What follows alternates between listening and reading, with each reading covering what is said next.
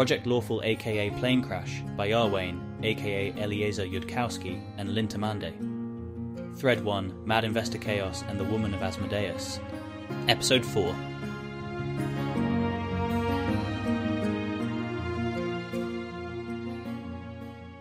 Carissa Sevar, to let you in. Lintamanda. Wow. Plumbing. She casts Detect Magic to get a better look at how it operates, even though she needs to figure out whether Keltham expects her to stay here and navigate that gracefully and can't afford to be distracted. Actually, maybe oblivious because distracted by magic would go over well. Keltham, Lawful Chaotic, Earwain. I'm going to mention once, just to get it out of my system, that it looks like your civilization doesn't have the technology level necessary to build real bedrooms, and won't have that technology level for a good long time, even if we all do our best. Okay, that part's done. Moving on. Carissa, what did you just do to the plumbing? Detect Magic, just to get a good look at it. I haven't seen an indoor plumbing with hot water before. In his guest suite, even. Sirmium must be doing well. I'm glad I'm more evil than the average Dathilani, and I'm not flipping out as hard as they would about a planet full of people who have to live without indoor plumbing. That's going to be a matter of scaling Element 29 smelting, for the pipes. And I'm starting to wonder if energy to produce heat to smelt metal is actually going to be the sticking point, if indoor hot water is even rarer. And I should be looking into the fossil fuel scale before the metallurgical scale. Anyways, is this room magically advanced enough that the concept of a hot water shower is also known to it? You can put the hot water in the bath, Master Keltham, the small person says. Do you happen to know how this house heats the water? Contract with a fire elemental, I believe, ma'am. Does that scale to where we can contract a fire elemental to melt 1728 third tons of steel per day? If that's a spell somebody can cast once per day, without them being so expensive as to be completely unhireable, we can do an awful lot with 1728 third tons of steel per day squared. I don't know, Master Keltham. Binding's fourth circle. I don't think one fire elemental could melt that much steel, and I'm not sure they could melt any. You could maybe take the steel to the elemental plane of fire if you had a plan to get it back once you've melted it. That'd be 2 fifth circle spells a day. 1 to get there and 1 to get back, plus whatever you needed to survive there. How much water could they turn to steam in a day?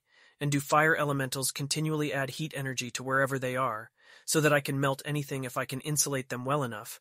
Or do they have an ordinary temperature that only transfers heat to lower temperatures? I need to visit the library first, and then think about this stuff more later. What do I need to know before I go to the library, and then stumble back to my bedroom, take a bath, and go to sleep? I should plausibly eat a very quick dinner first or not eat it at all.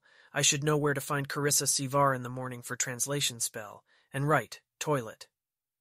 The thought occurs to Keltham for the first time that he may now have occasion to figure out where this sub-apartment's cuddle room is, if people keep flirting with him, and he ever wants to do anything about that.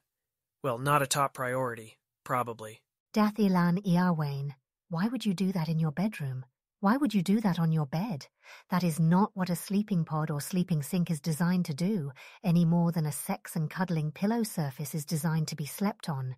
Any flirting Carissa may have hoped to accomplish by mentioning beds or sleeping has been lost forever in the abyssal depths of the cultural gap. Bring dinner, Carissa tells the small person, who hurries off to do that. I'll ask for another room on this hall, I guess. I might be out later in the morning than you because preparing spells takes me about an hour, and I can't give you the language until I do that, but your existing one shouldn't have worn off yet. I don't know how fire elementals transfer heat. That's the toilet. It's a marble bench with a small round hole in it and a pit beneath, at least 15 feet deep. There shall be weighty conversations on this topic later, at a point where those conversations could actually result in better designed houses springing into existence. Noted on wizard morning patterns, is there a sign I can detect to know when it's safe to knock on your door? In the army, there is, and also protocols for when to interrupt me before that. But I don't actually know what civilians who aren't students do. I enlisted right out of school. I'll use the symbol from the army. No need to say what that is. It's surely the same symbol used by Dathilani military wizards.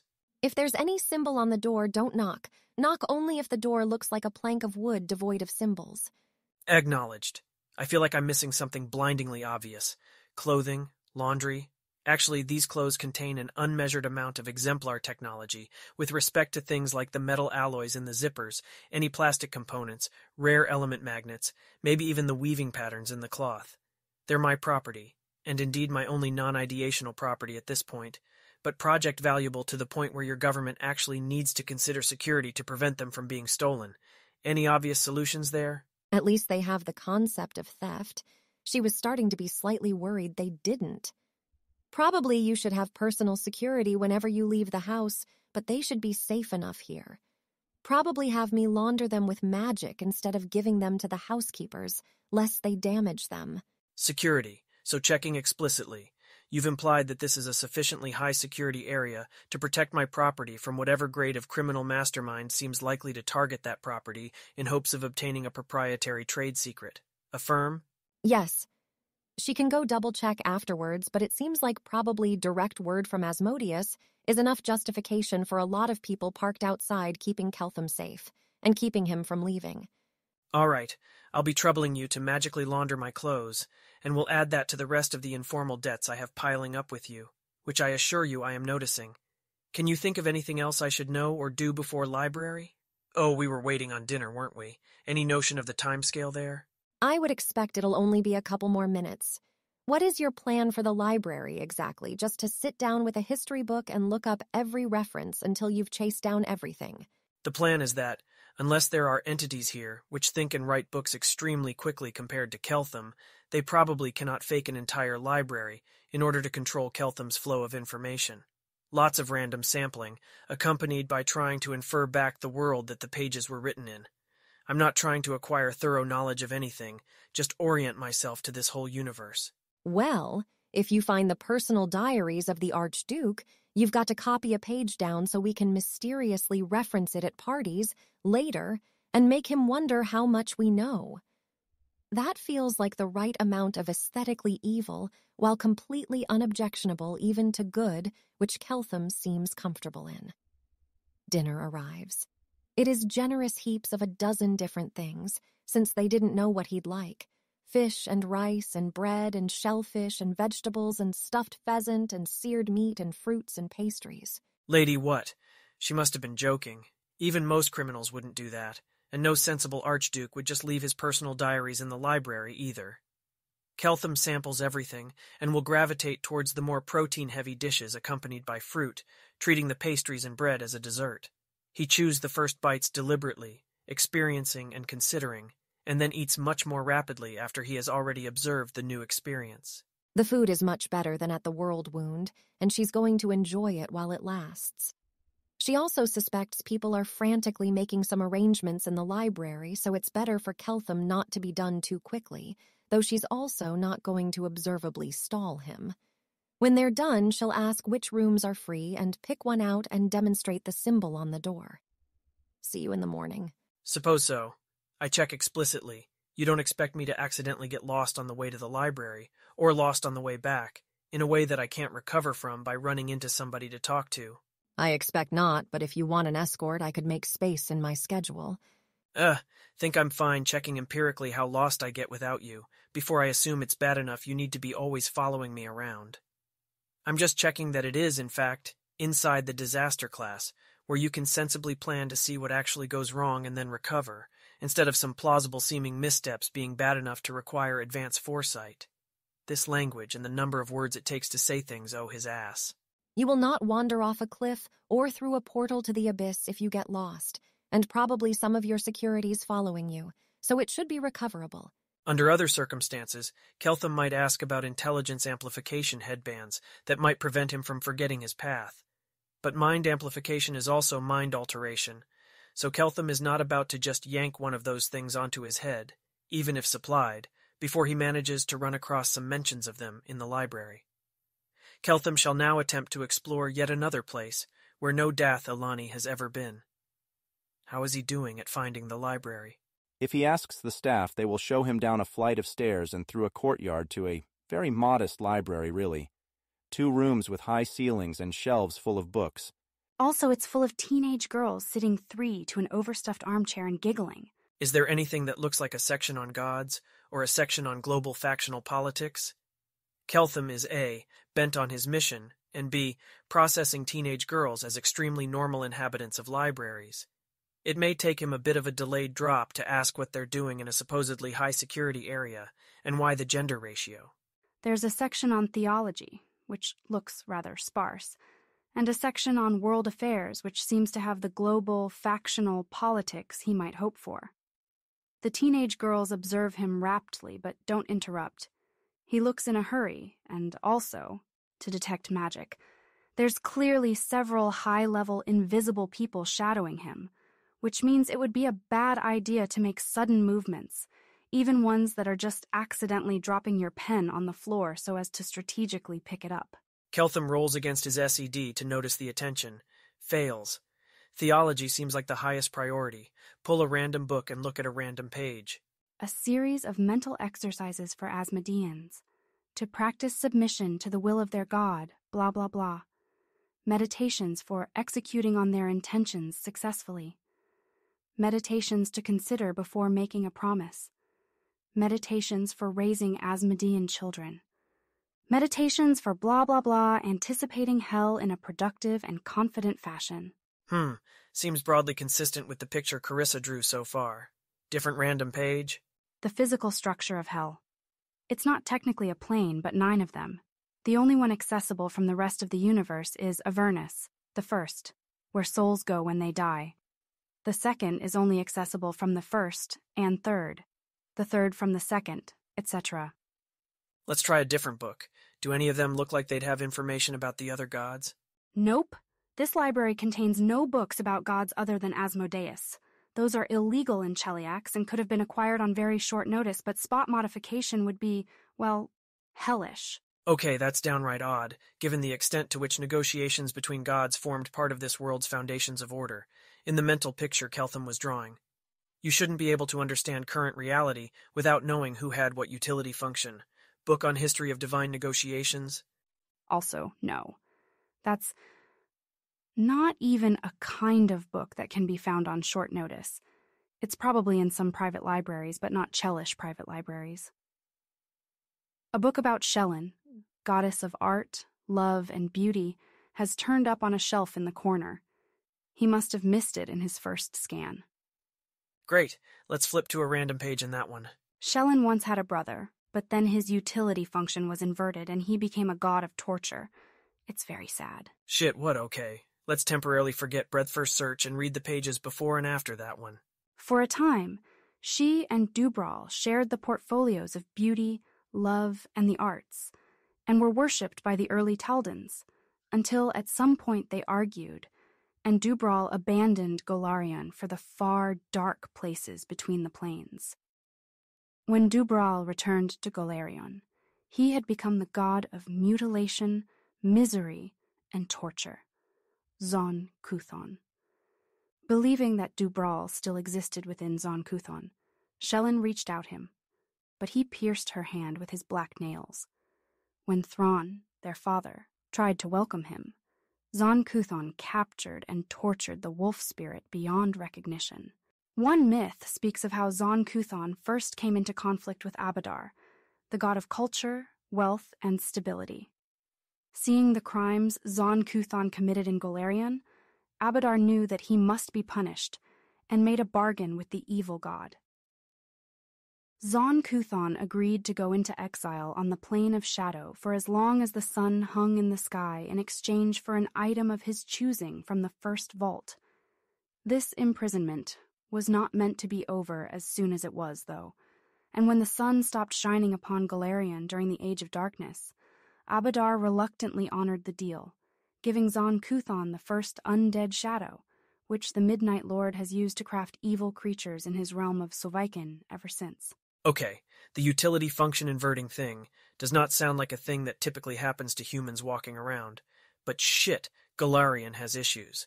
How do you even manage to negotiate to a multi-agent optimal boundary with the god of mutilation, misery, and torture? Would it accept non-sentient things to torture if the non-sentient things were configured carefully enough to match its utility function? Or is the utility function too precisely inverted to accept that? Does it have any interests in common with the unflipped gods, besides the continued existence of the world, despite Rovagug? Let's put this book back for now, and go look at global politics. There's more here. Perhaps the Archduke found it more interesting. There are dozens of different countries with their own summary books, and then books on the ancient Tian empires, and lessons from the pharaohs and great heroes of history, and then books on trade routes and shipping, and what plants grow in what places, and what magical beasts roam which wildernesses. Several of the books have maps, and the maps agree on nearby things and diverge on faraway things. Nidal, a nearby country, ruled by Zon Kuthon, the flipped utility function god. At the annual festivals of mutilation, people stab one eye out or cut off some of their toes. Servants of other gods are barred from entering on pain of a slow and horrible death. Some good cults are suspected of operating there anyway, though it rarely ends well for them. A random flip reveals some sketches of Nidal's law enforcement, grotesquely scarred people with a bloody whip in one hand, a first-person account from a refugee who escaped to Cheliax and converted to the service of Asmodeus, an excerpt from Zon Kuthon's holy book's writing about how best to keep people alive while you torture them. Andoran, another nearby country, was part of Cheliax until it broke away blah blah blah. Andoran has now banned evil and is trying to require everybody to be good, with limited success. One of their major social problems is that all of their productive, intelligent, evil people left. Another is that they keep aggravating their allies in the Inner Sea by refusing to contain piracy. Another is that they abandoned law when they banned evil, and there's been a corresponding breakdown of the social order. A random flip. Evil people forced to flee. Andoran tell horror stories of the disarray caused by the country's ban on evil. A ship captain killed by pirates and subsequently resurrected at great cost to his family. Accuses the government of Andoran of permitting the pirates to stalk the seas for their own benefit. A historian on how much more prosperous Andoran was when it was part of Cheliax. Osirian is ruled by a god-king selected by Abadar, god of blah blah blah. It's a poor country but a populous one, fed by the generous grain crops of the Sphinx River, and has a wealth of ruins of the ancient Osirian Empire that adventurers are now painstakingly extracting from their trapped tombs. A random flip. Osirian is a prospective ally for Cheliax due to their shared commitment to law. Osirion's tombs contain relics of an ancient, more advanced civilization. The pharaohs of 7,000 years ago, and Cheliax is collecting and learning from many of those artifacts. Another flip is about how Osirion banned grain exporting. Rahadum, another neighbor, bans all the gods and all their servants. On a random flip, a theologian argues that this is ineffectual. The exact way gods get information about the material plane isn't known, and they certainly benefit from worshippers but banning their worship, even if people obeyed the ban, which they won't, just means the gods would rely more heavily on non-worshipper methods, which do exist. The gods, for instance, know of faraway worlds where they aren't worshipped at all. On another random flip, the case is made that Rahadum was more prosperous when it was part of Cheliax. Another one is about shipping lanes. Any fine subtleties of the Chelish authors are going to be completely wasted on Keltham due to his absolute incredulity at this whole library section. On the first random page Keltham opened to, the author was saying what some duke, high-level government official, was thinking while ordering the east gates to be sealed, which, like, what? How would the historian know what somebody was thinking? At best you get somebody else's autobiographical account of what they claim they were thinking, and then the writer is supposed to say that what was observed was the claim, and mark separately any inferences from the observation, because one distinguishes observations from inferences. This is supposed to be an expository educational history book. This is supposedly in the nonfiction section. What did the author think they were doing? This isn't reasoning, this is ink somebody spilled on a page and it happened to come out looking like words, and everybody was so amazed at the coincidence, they decided to reprint it. There are no probability distributions on this page. There are no numbers on this page. There are no distinct premises and conclusions anywhere on this page. This page contains more fallacies than it contains distinct words. Keltham puts back the book. Maybe it was just written by a 3-year-old. Yeah, Keltham already knows that it wasn't written by a 3-year-old. It was written by somebody from a lower intelligence world. But maybe the next book will have been written by a member of the cognitive elite, wearing an intelligence headband. The next random page in the next random book is written like a school parody of how you would critique somebody else's faction if it had never occurred to the writer that anybody in the audience might think that the other faction would have a different story. Like, the author doesn't even try to explain what the other faction thought they were thinking. The other faction is just supposed to be running around being wrong because they are the wrong faction. Okay, so Keltham is just going to adopt the rule of not believing anything that a Galarian author seems to explicitly be saying or even calling attention to, and is going to flip through random pages only trying to infer the world that gave birth to these parodies of argument and exposition, just looking for things that the author seemed to assume away as politically non-valent, obvious, uncontroversial truths, the equivalent of mentioning that the sky is blue when that's not a focus of political attention. To the extent Keltham supposes that this class of inference is reliable, it does seem to be confirmed that a place called Cheliax exists. Some other points that Keltham is able to pick up on. People had higher tech 7,000 years ago. What? What happened? Some kind of info hazard thing that required all the tech to be buried? But if that was true, why are they digging it up again? When Dath Ilan ran into the past info hazard, they went to a lot of trouble to mothball all the old cities. Nobody sane would just wander in and start looking at them without knowing why they'd been hidden. You get to be a really powerful wizard by killing monsters rather than by deliberate practice. Why? Governance as Keltham knows it does not exist. Prediction markets do not exist. Delegates, electors, legislators, and tribunes do not exist. Nobody seems to be talking about anything that looks like an obvious preference aggregation mechanism. Choices get attributed to people, and it is at no point obvious why anyone would listen to those people. People fight giant destructive battles, and it does not occur to any author to remark or explain on how multi-agent optimal this is not. It doesn't seem to be a remarkable fact when it gets mentioned in passing. It looks sort of like, factions have sharp territorial boundaries, and there's a thing where you kill the person at the top of the faction, and the people inside the faction all switch sides to the other faction that killed them. Which what? Why would anybody do that? Why, of all the things to successfully coordinate on, would people coordinate on that? Keltham is really missing something here about individual incentives. This entire planet is so on mind-altering drugs, Keltham doesn't even just what.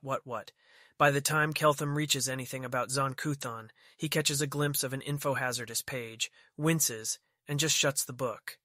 He may eventually have to work out what is true, and what is drugs, but whatever that was, it is probably not the most important thing for him to deal with right now. In fact, maybe he should move on from the political history shelf entirely. So is there a section of this library about magic?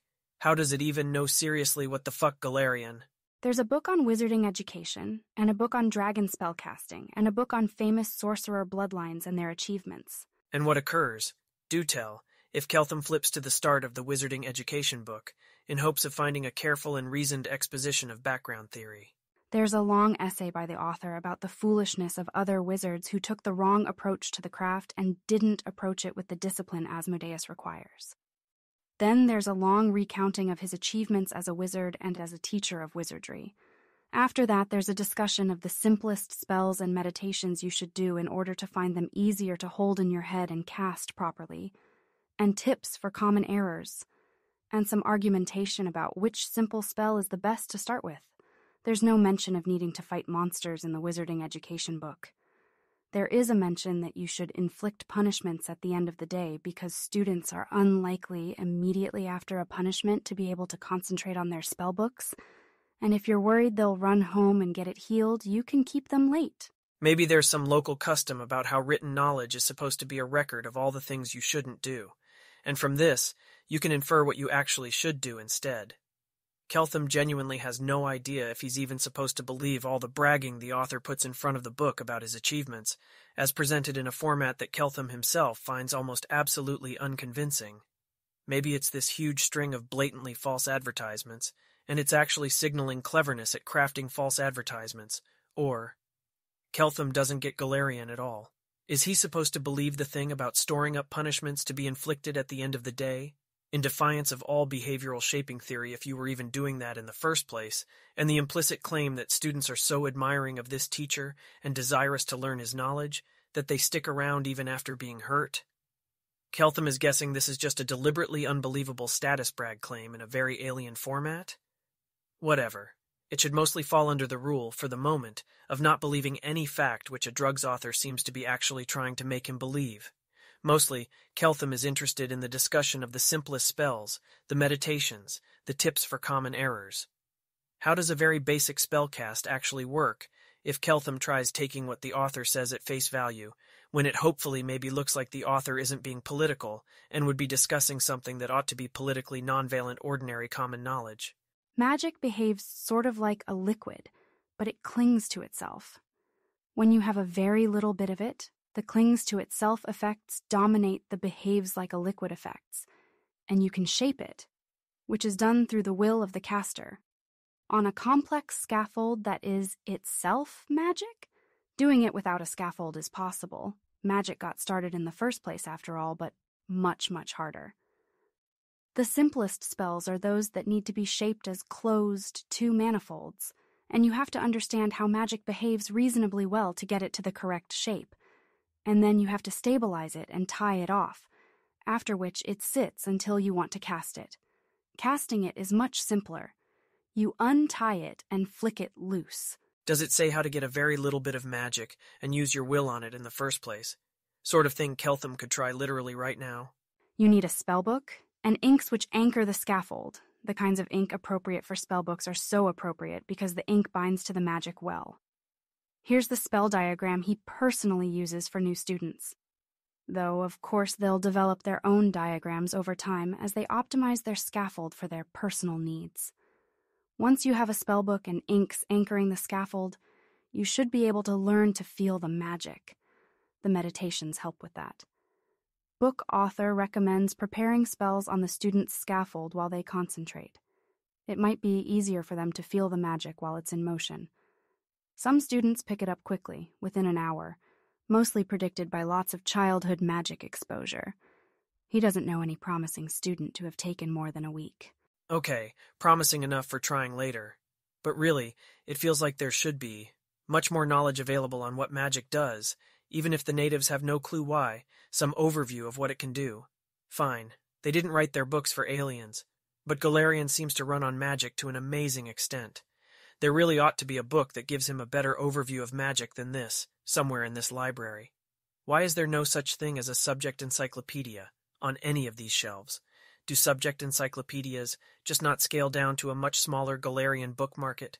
Shouldn't they be able to produce small subject encyclopedias? Maybe he's just not in the reference section, because the reference section is behind a secret door that looks like a bookcase, as any habitual user of Galarian libraries would surely know and take for granted. When you buy your houses separately from the land it's on, you can afford nice high-tech specialist manufactured houses. For many, many Dathilani, the definition of nice would very much include a library with hidden doors that look like bookcases. Why, what else would you spend money on? Keltham turns around, with the intention of identifying some prior library inhabitant who might be able to explain if he's just doing library exploration completely wrong. Keltham very quickly turns around and looks back at the bookshelves again. It's not what you would call an optimal strategy, but it is, at least, a strategy which can be implemented fast. Emergency internal Keltham meeting right now. That sure is a lot of girls his age, pretty ones, in a high-security zone. He does not, in fact, have any right to be surprised by this. Dathilani civilization would likely try exactly the same thing if somebody showed up from an alternate timeline, with +4 SD intelligence, derived from a different selection history, yielding an entirely different set of intelligence-promoting alleles. What does his brain mean? There's got to be more to think than that. Could this have, happened in some way that would fit exactly into his prior life narrative, so he would already know exactly what to think of it? Is that too much to ask? Okay, let's just slowly back up and start with most important question here. Does he want to have sex with all the girls in this room? There's not enough girls in this room if they want to make sure to grab a copy of each of his 46 chromosomes with, say, 99% probability. While an interesting point, this is not really the central point under consideration. Does he want to have sex with all of these girls plus a large further number of such, thus having enough kids to bring the Dath-Ilani genoset to this world and, what, bump up the average central intelligence factor by half a standard deviation? How many generations would that take, And would it actually be all that useful compared to whatever heredity optimization processes the locals are running already? Keltham doesn't actually know offhand how to do those calculations. If Keltham had known this was how his life was going to go, he would have spent a lot more time studying population genetics, sexual technique, and flirting. It has been a while since Keltham's mind has ended up in this much internal disarray.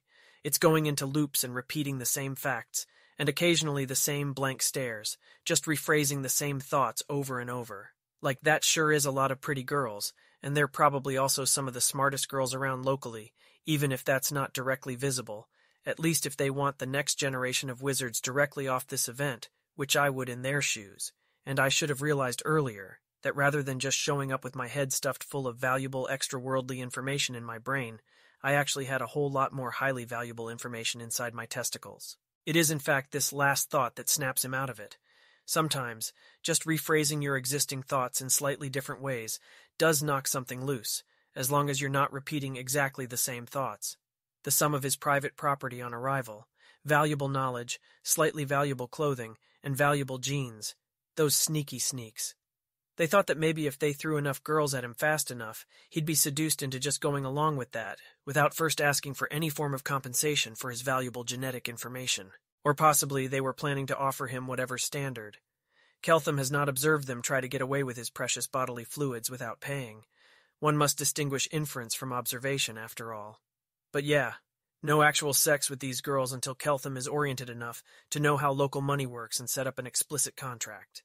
Snuggles. Oral. Okay, so given the sheer amount of internal disarray he has going on here, he is going to give himself time to think about this, absorb, and not come to a conclusion right away. They do say not to rush into sex if you are feeling rushed, and that probably extends unchanged even to very large quantities of sex. Why is his brain slightly reluctant to accept that obvious-seeming meta-conclusion? Invisibly, and also inaudibly, two high-level wizards spent a truly heroic length of time trying to have straight faces at each other, and it's not totally clear who failed first because it was basically simultaneous. Says one of them, the one who doesn't need to breathe because he has a necklace of adaptation. Reject the explanation that this is what people are like without free will or with better training in not using it. The other one doesn't have a necklace of adaptation and does need oxygen, and so takes several minutes to catch his breath. My theory is that, probably if I can trust my premises here, Cheliax exists.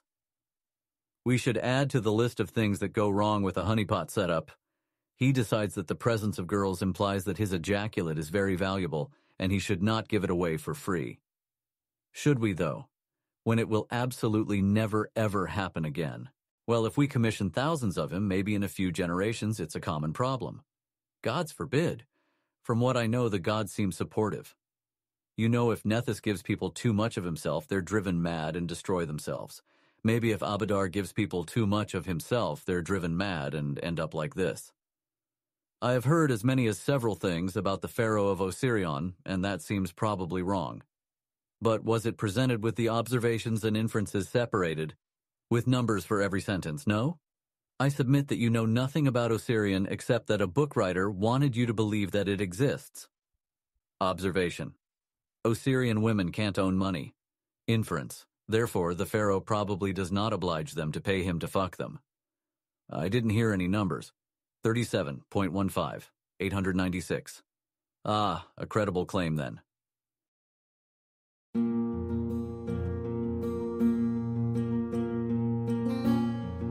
If you wish to support the production of this AI-voiced reading of Planecrash, please visit patreon.com/AskWhoCastsAI. Any help is appreciated.